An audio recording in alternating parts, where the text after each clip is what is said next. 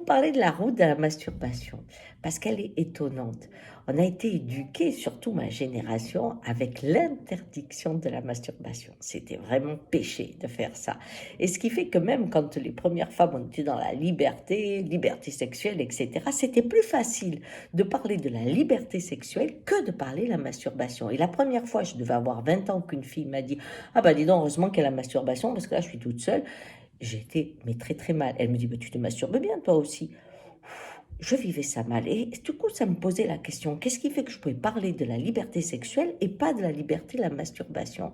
Et j'ai demandé à mon mentor à l'époque, qui était Hélène, qui avait 82 ans, qui avait fait le circuit Citroën, hein, cette première course, donc, et qui était une féministe incroyable, de l'heure, hein, du début du temps des féministes.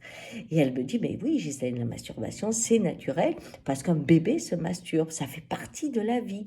Et elle me dit, en plus en riant, elle avait un humour fou, elle me dit, tu sais, on appelle ça la veuve poignée. Pourquoi? Parce que tu commences avec la masturbation et tu finis avec la masturbation tout seul, avec ta main, quand tu es vieux comme moi. Elle m'avait calmé là-dessus. Et je lui ai dit, mais alors pourquoi l'Église a fait autant de fixation sur la masturbation? Elle me dit, pour deux raisons. La première, c'est que l'essentiel, c'était l'accouplement. Donc, si tu peux te satisfaire tout seul, c'est péché.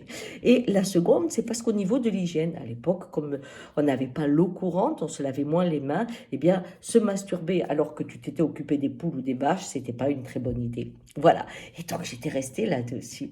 Avec le temps, j'ai voyagé. Et quand j'ai fait mes études de sexo, il y a eu une autre résonance à la masturbation. Il a fallu comprendre que c'est pas parce que je suis en couple que ma masturbation doit s'arrêter. C'est autre chose.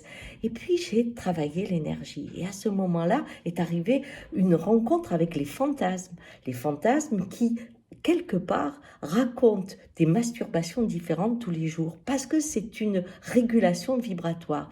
Et les fantasmes sont des fois effrayants dans la masturbation. Et là, j'avais Françoise Dolto qui disait, ah oui, mais les fantasmes, c'est surtout pas fait pour être réalisé. C'est des contes dont on a besoin, qui à un autre niveau de l'inconscient nous travaillent, mais ils ne doivent pas être réalisés. Alors je disais, ah, incroyable, ce qui fait que ça a libéré cette créativité masturbatoire. Mais aujourd'hui, on a un problème avec la masturbation parce que il y a les films porno.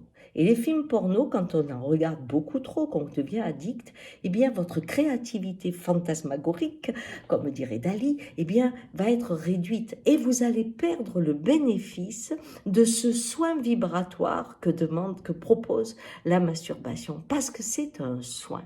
Ça répond soit à d'une humiliation que vous avez eue dans la journée, soit un besoin de câlin, soit un besoin d'autre chose, mais c'est un soin. Or, le film porno rentre chez vous des images qui vous amènent toujours au même endroit, un soulagement. Alors ne perdez pas cette capacité que nous avons, que la vie nous offre, qui est autonome et qui vous amène à un bienfait vibratoire extraordinaire. Et dans cette période où vous êtes seul, retrouver l'autonomie d'une véritable masturbation. Et comme dit Hélène, on commence avec et on finit avec. Ciao!